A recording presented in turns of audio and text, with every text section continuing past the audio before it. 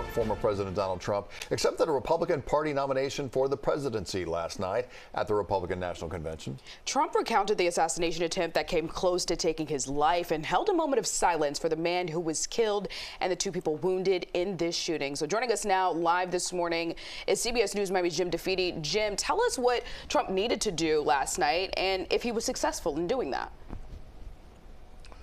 Yeah, what the former president really needed to try to accomplish was to convey to the American people that he was a somewhat changed man by the incident. And I will tell you that the first, I would say, 10 minutes of his speech had those unifying notes to it, recounting what transpired last Saturday, the assassination attempt on his life.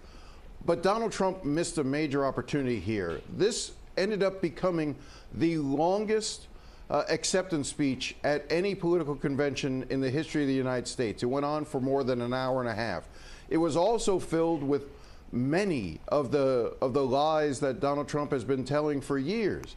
And it was staggering in some ways. And I've thought a lot about it in the hours since he finished the speech. And there was such a missed opportunity here for Donald Trump.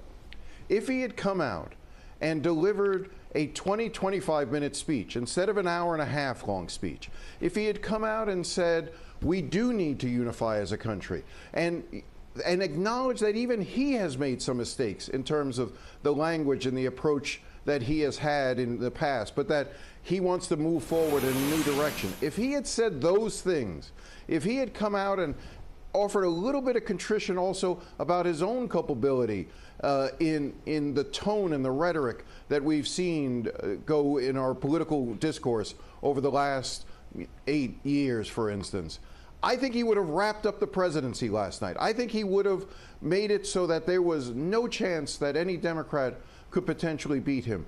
But instead, it became an hour and a half litany. After the first 10 minutes of talking about unifying, he then spent the next hour and 20+ minutes airing the types of grievances that we have come to expect from the typical Trump rally. And it was such a missed opportunity to try to really, truly bring the country together, unite the country. I think we'll look back on this moment and this speech as being something that was really a missed opportunity for Trump and his supporters. Yeah, so he missed the mark. So that leads to the next question. You said he could have wrapped up the presidency. Looking to the other side of the aisle, the Democrats with Mr. Biden, there are expectations now that he needs to step down. The crowd is louder, Jim. They want him to step down and move on.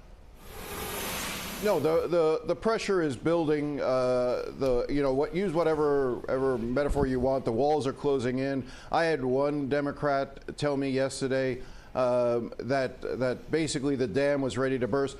You don't have the critical mass that you are having develop around President Biden and not think that it's going to have its impact. The Republicans showed in their convention incredible unity.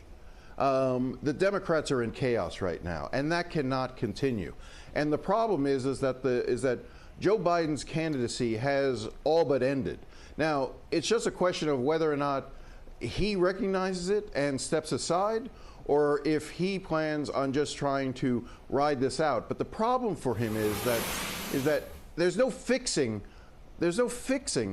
the perception that the American public now has firmly locked in their heads that he is not capable of moving forward.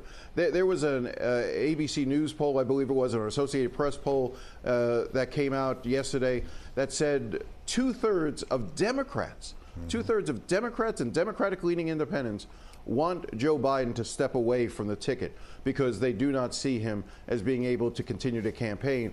And look, it's been 3 weeks since that debate, that horrendous debate, and it is nothing he has done has shown that he can prosecute the case against Donald Trump.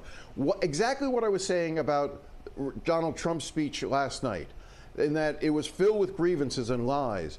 There should be somebody right now on the Democratic side. The candidate should be out there pressing the case that he is unfit for the very reasons that he outlined in his own speech last night, Donald Trump.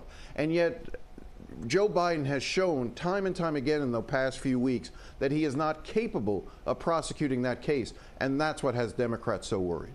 And that is a lot of the conversation we've been hearing and seeing throughout the week. Jim DeFede, thank you so much for your analysis, as always.